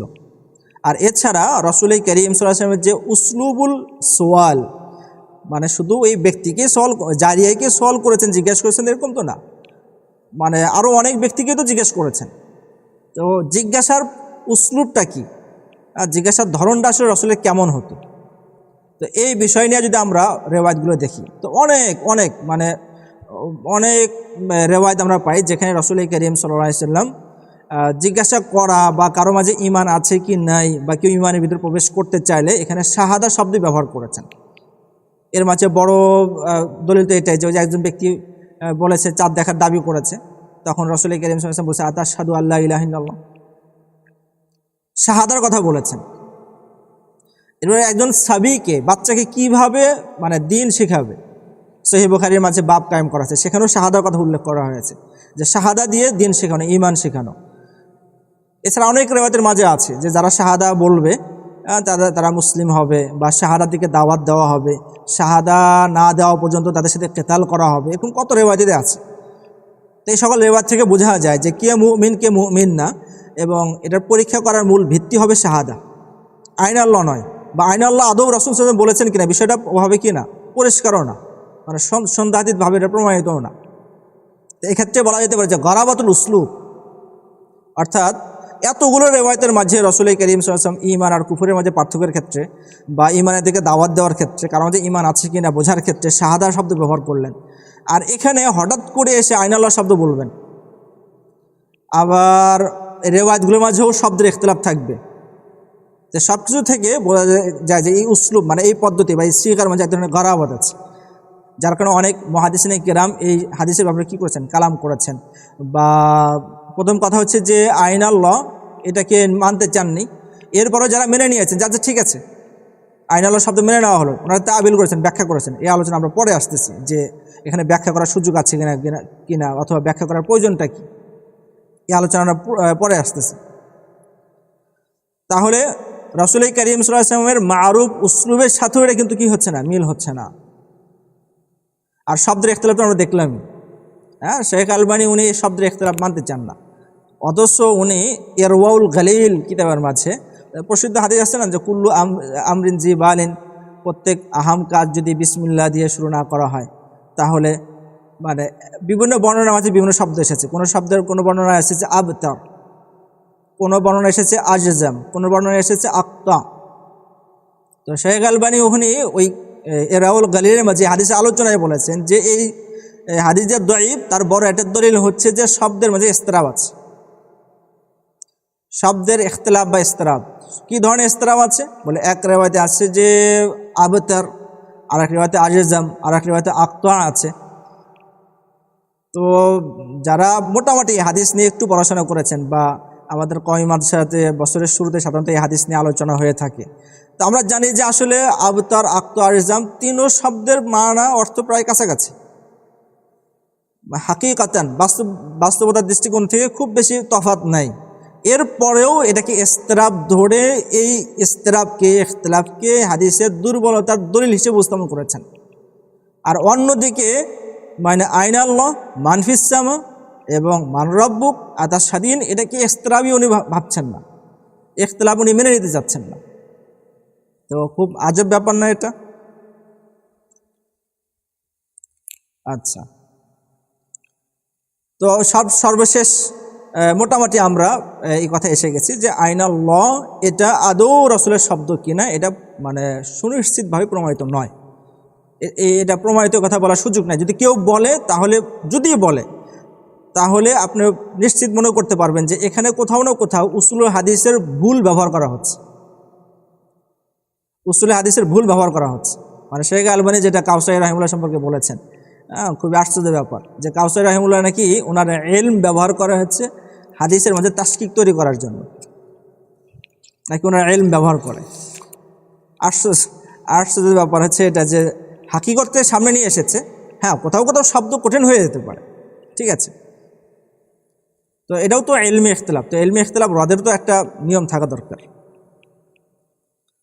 তাহলে আমরা মনে করতে পারি যদি কেউ কথা বলে যে আইনাল্লাহ এই শব্দটাই রসুল বলেছেন, তাহলে বুঝতে হবে যে উনি উসুলে হাদিসের কোথাও না কোথাও ভুল ব্যবহার করছেন। এবং ওনার প্রথম জবাব আমরা এভাবে দিতে পারি যে শব্দের মাঝে ইখতিলাফ আছে, অতএব কীভাবে আপনি বললেন যে রসুল এই শব্দ বলেছেন। এখন আমরা দুটো আলোচনা আমাদের সামনে আছে। এক নম্বর আলোচনা আছে যে এই শব্দ যদি আমরা মেনে নিই তাহলে সমস্যাটা কি, এখানে কি সমস্যা দাঁড়াচ্ছে, যে সমস্যার কারণে এই শব্দ আমরা মানতে পারছি না, বা এই শব্দের মধ্যে তাবিল করতে হচ্ছে, ব্যাখ্যা করতে হচ্ছে। এটা একটা আলোচনা থেকে গেছে।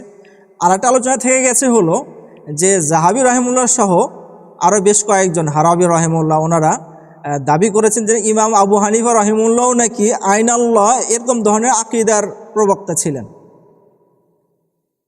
তো আদৌ ইমাম আবু হানিফা রহিমুল্লাহ এটার প্রবক্তা ছিলেন কি না, এই দুটো আলোচনা আমাদের সামনে এখন রয়ে গেছে। বিশেষ করে আবু হানিফা রহিমুল্লাহ এই বিষয়টা আমাদের বিস্তারিত আলোচনা মানে আমাদের বোঝা দরকার। তো মনে হয় অনেক রাত হয়ে গেছে, সামনে আলোচনা করব নাকি পরবর্তী মজলিসে আলোচনা হবে? ব্যবস্থাপনায় যারা আছে ওনারা জানাতে পারেন।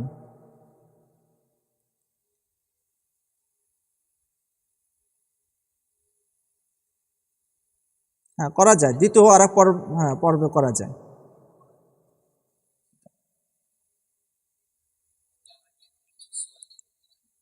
হ্যাঁ, কিছু সওয়াল নেওয়া যায়। আর যারা আগে প্রশ্ন করে রেখেছেন ওনাদের কিছু প্রশ্ন থেকে গেছে, ওটাও নিয়ে কিছু আলোচনা করা যায়। জি, সংক্ষেপে দুই একটা প্রশ্ন করতে পারেন। আর আমাদের এখানে বিদ্যুৎ চলে গেছে, এই জন্য একটু আপনাদের কষ্ট হলো, এই জন্য আফওয়ান।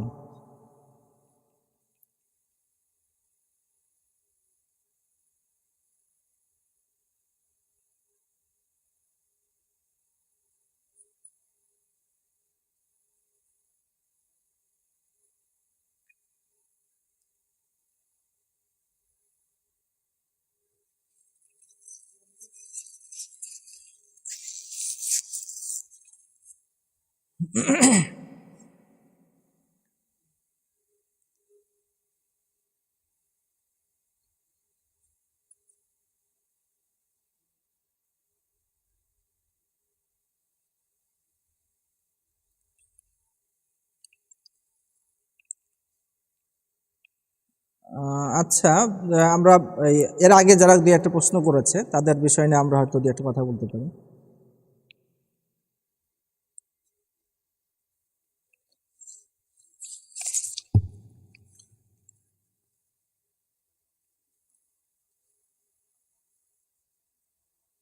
একজন প্রশ্ন করেছিলেন আগে যে সহিহ হাদিস পেলেই কি আমল করব, নাকি সহিহ হাদিস থাকলেও সুনির্দিষ্ট কোনো মানদণ্ড আছে আমল করার জন্য?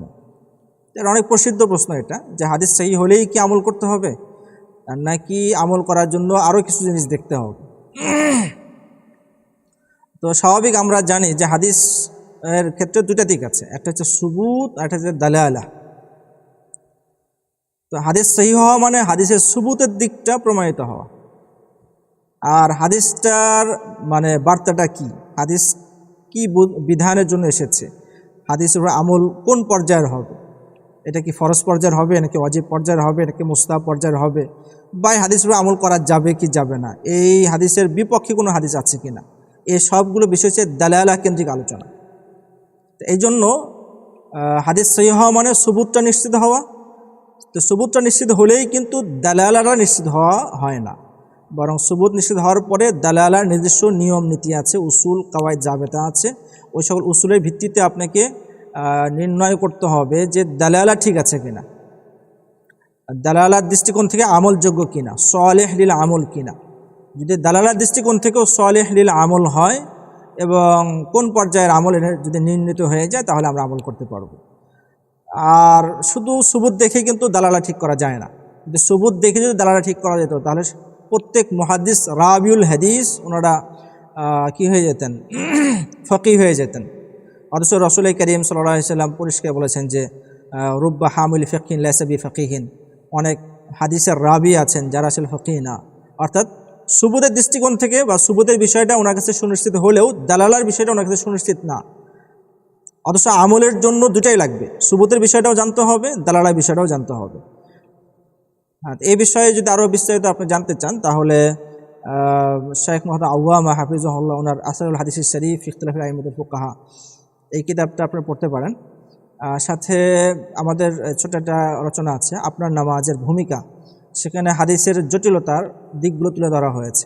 সুবুত কেন্দ্রিক কী কী জটিলতা আছে এবং আমাদের কী কী করণীয়, এবং দালালা কেন্দ্রিক কী কী জটিলতা আছে এবং আমাদের কী কী করণীয়, এই বিষয় নিয়ে আলোচনা তুলে ধরা হয়েছে। ওই অংশটা পড়তে পারেন, পড়লে মোটামুটি আন্দাজ হবে যে সুবুত নিশ্চিত হলেই আমল করা যায় না, বরং সুবুত নিশ্চিত হওয়ার পরে দালালাটা নিশ্চিত হতে হয়, তারপরে আমল করা যায়।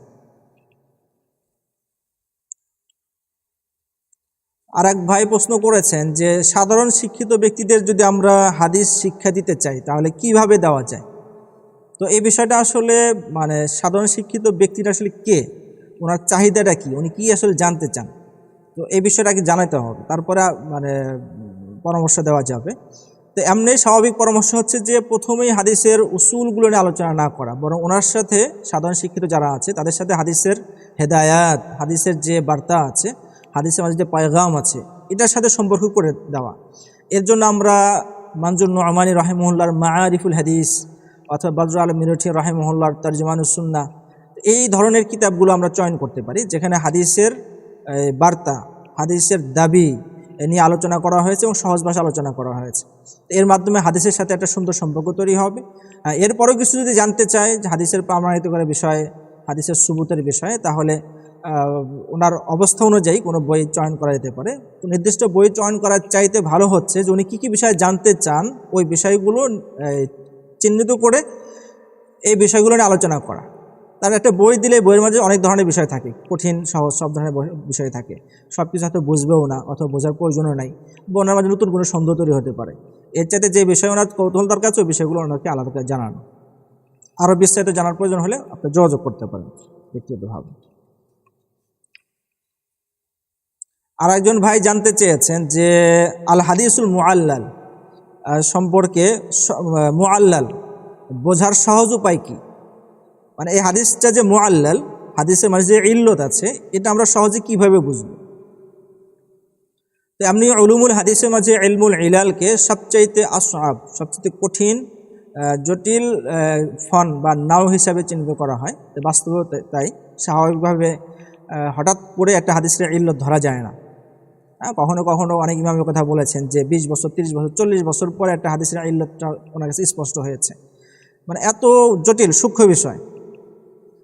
তো এটার সূক্ষ্ম দিকগুলো তো সূক্ষ্মই থাকবে, এরপরও সহজে স্বাভাবিক যদি আমরা কাজ শুরু করতে চাই মুআল্লাল সম্পর্কে, তাহলে আমরা মুস্তালাহুল হাদিস থেকে আমরা শুরু করতে পারি। হ্যাঁ, অনেকেই চিন্তা করে যে ইলমুল ইলাল মানে মনে হয় এটা মুস্তালাহুল হাদিসের থেকে একটা ভিন্ন আরেকটা ফন, যেটাকে নতুনভাবে মুস্তাকিলভাবে আলাদাভাবে পড়তে হবে, যার সাথে স্বাভাবিক মুস্তালার সম্পর্ক নাই। এরকম না কিন্তু আসলে, বরং মুস্তালাহুল হাদিসের মাঝে আমরা ইনকিতাকে কেন্দ্র করে যে নাওগুলো পড়ি, যেমন নাকি মুনকাতে আছে, মুরসাল আছে, মুআজাল আছে, মুআল্লাক আছে, মুদাল্লাস আছে, তারপরে বালাগ আছে, মুআনআন আছে, মুআনআন আছে, আল মুরসাল খাফি আছে, এগুলো সব ইনকিতাকে কেন্দ্র করে একটা ওয়াহদা, একটা ইউনিট।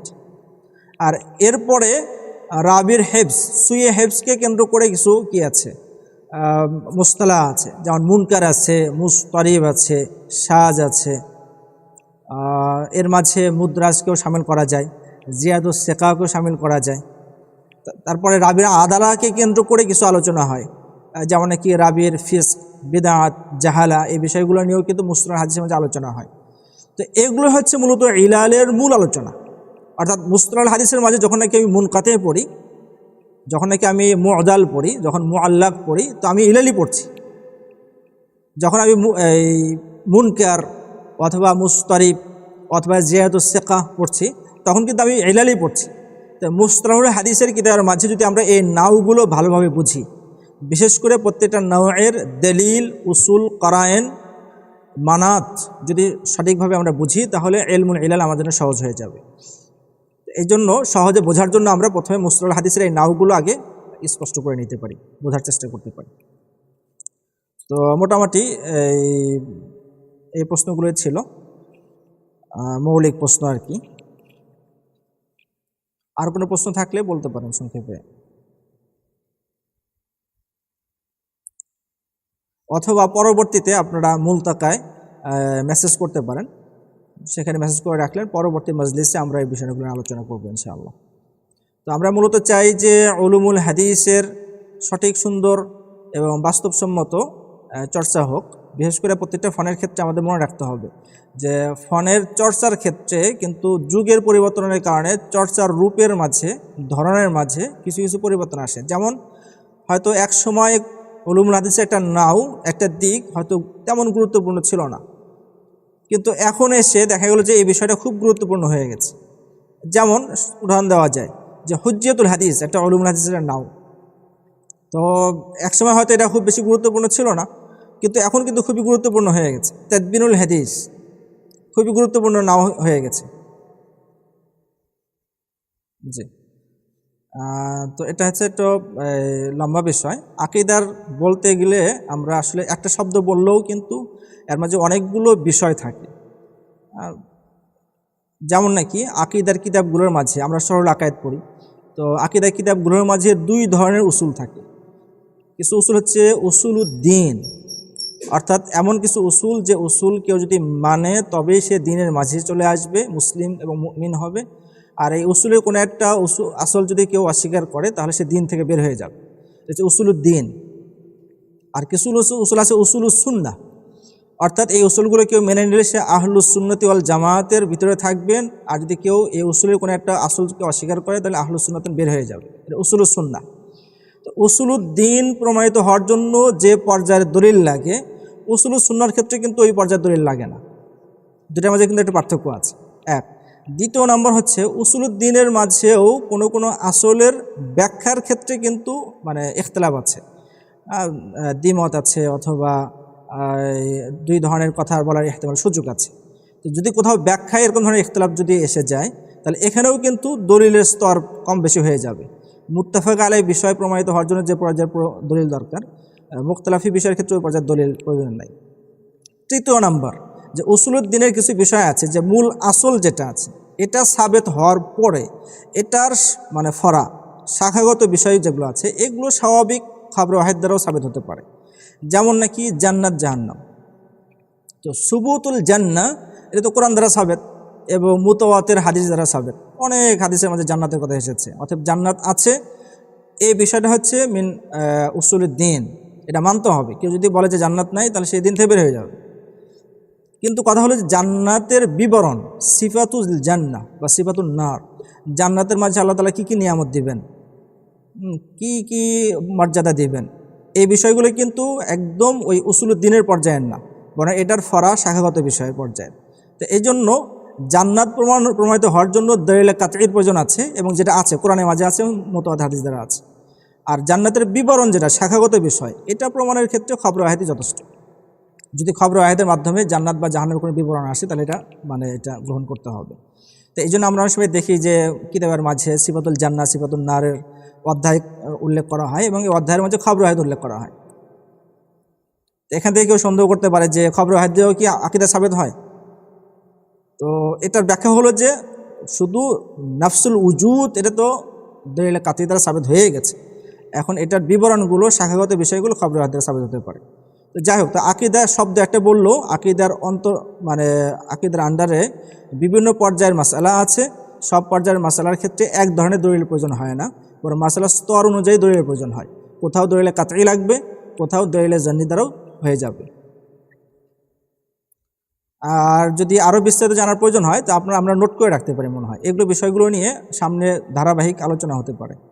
হ্যাঁ, আমরা চাই যে হাদিসকে কেন্দ্র করে বা সরাসরি ইসলামকে কেন্দ্র করে, আকীদাকে কেন্দ্র করে যে বিষয়গুলো সাধারণত আমাদের তালিব ইলম ভাইদের মাঝে কৌতূহল থাকে বা অস্পষ্টতা থাকে, তো আমরা এই সাপ্তাহিক আলোচনাগুলোর মাঝে এই বিষয়গুলো নিয়ে আসবো এবং সন্দেহ নিরসন করার, সংশয় নিরসন করার চেষ্টা করবো এবং যত বেশি অজহাত করা যায় এবং উসুল এবং দালালের আলোকে সামনে উপস্থাপন করা যায় আমরা চেষ্টা করবো ইনশাআল্লাহ। জি জি বলেন। জি, ওয়ালাইকুম আসসালাম রহমতুল্লাহ।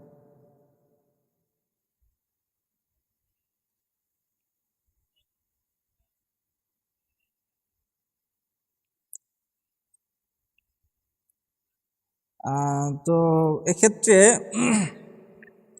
যদি হাদিসের হুকুমের ক্ষেত্রে ইখতিলাফ হয়, এক ইমাম হয়তো কেউ সহি বলছেন, আরেকজনকে দঈফ বলছেন, তো এক্ষেত্রে আমরা যারা তালিবে ইলম আছি আমাদের জন্য এক নিয়ম, আর যারা মুহাক্কিক যারা আছেন, সাহিবুল বাসীরা ফনের যারা আছেন, মুতাবাহির ফিল ইলম, ওনাদের জন্য ভিন্ন নিয়ম। তো আমাদের মুহতারাম উস্তাদ হযরত মাওলানা আব্দুল মালিক সাহেব হাফিজাহুল্লাহ ওনার আল মাদখাল ইলা উলুমুল হাদিস শরীফের মাঝে এই বিষয় নিয়ে আলোচনা করেছেন এবং বাইহাকি রাহিমাহুল্লাহর পুরা এবারত দালালের নবুয়া থেকে, ওনার মুকাদ্দিমা থেকে এবারত উল্লেখ করে আলোচনা করেছেন যে যারা আহলুত তাহকিক যারা হবে ওনারা তো উসুলের ভিত্তিতে বিচার করবেন, তুলনা করবেন, মুকারানা করে দেখবেন যে কারটা ঠিক আছে, কোনটা আরজাহ, এটা বোঝার চেষ্টা করবেন। আর আমরা যারা তালিব ইলম যারা আছি, তো আমাদের দায়িত্ব হচ্ছে যে আমরা তো কোনো বড় নাকেদ ইমামের তাকলিদ করব, ওনার কথাই গ্রহণ করব। তো এটা হচ্ছে আমাদের প্রথম কথা। তো এরপর দ্বিতীয় কথা হচ্ছে যে আমরা কার তাকলিদ করব বা কার হুকুম নেব। তো এক্ষেত্রে তো অনেক ইখতিলাফ দেখা যায়, যেমন কি শুআয়ব আন-নাবুত রাহিমাহুল্লাহ উনি এক হুকুম উল্লেখ করেছেন, শেখ আলবানী আরেক হুকুম উল্লেখ করেছেন। তো এক্ষেত্রে হজরতের যে পরামর্শ সেটা হচ্ছে যে আমরা যে মাসলাকের আছি, আমরা যে তয়ফার মাঝে আছি, তো এই মাসলাকের যারা ইমাম নাকিদুল হাদিস আছেন, হাদিসের মাহের যারা আছেন, ওনাদের কথাকে প্রাধান্য দেওয়া, এটা আমাদের জন্য নিরাপদ হবে। হ্যাঁ, কোথাও যদি সন্দেহ লেগে যায় যে ওনার হয়তো এখানে ওহাম হয়ে গেছে, তাহলে এটা আমরা নিজেরাও দেখতে পারি, অথবা যারা আহলে ইলম আছে তাদের সাথে আমরা মুজাকারা করতে পারি, মুজাকারা করে আমরা সিদ্ধান্ত নিতে পারি। আর আরও তাফসিল যদি জানার প্রয়োজন হয় তাহলে আল মাদখাল আমরা দেখতে পারি, ওখানে আরও একটু বিস্তারিত জানতে পারবো ইনশাআল্লাহ। জি।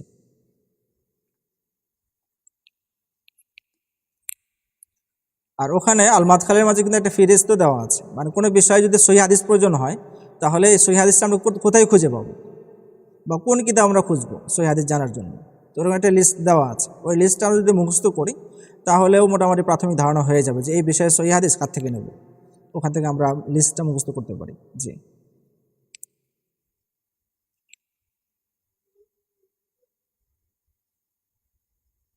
জি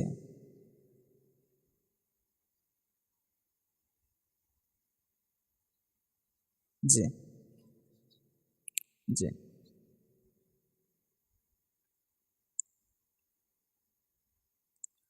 আচ্ছা, তো এই বিষয়ে তো আমরা মৌলিক কিছু আলোচনা আমরা করলাম। হ্যাঁ, তো এখন এই বিষয়ে আলোচনা করতে গিয়ে আসলে দুনো পক্ষের কিছু কিছু দিক আছে যেটা একটু মনে হয় ইতিদাল থেকে সরে গেছে। এই জন্য মোতালা তো আমরা করতে পারি, কিন্তু ওই মূল উসুলগুলো আমরা স্মরণ রেখে মোতালা করি, তাহলে আশা করি ক্ষতি হবে না। যেমন নাকি আমাদের পক্ষে অনেকেই লিখেছেন, তো ওনাদের ভাষা অনেক কঠিন, অথবা দু এক জায়গাতে দেখা গেল যে ছোটো একটা বিষয়কে কিন্তু ওটা বড় বানিয়ে ফেলেছেন, এরকম হয়ে গেছে। তো এক্ষেত্রে আমার বারবার পরামর্শ এটাই থাকবে যে উসুলকে সামনে রাখা, উসুলকে সামনে রেখে মোতালা করা। বিশেষ করে যারা উলুমুল হাদিস পড়েছেন বা পড়ছেন ওনারা ছোটো না, তো ইখতিলাফ বা ইখতিলাফি বিষয়ের সাথে একটা মানে মুনাসাবাত পরিচয় হয়ে গেছে। তো অতএব ইখতিলাফ দেখে ভয় না করা, বরং ইখতিলাফি জায়গার মাঝে ইখতিলাফি বিষয়গুলো পড়ার যে নিয়ম আছে, উসুল ও আদাব আছে, এই উসুল ও আদাবকে সামনে রেখে পড়তে থাকা। হ্যাঁ, কোথাও সুন্দর যদি হয়ে যায় তাহলে মোজাকারা করা, নিজের থেকে সিদ্ধান্ত নেওয়ার আগে অবশ্যই ভাবা চিন্তা করা, মোজাকারা করা। জি।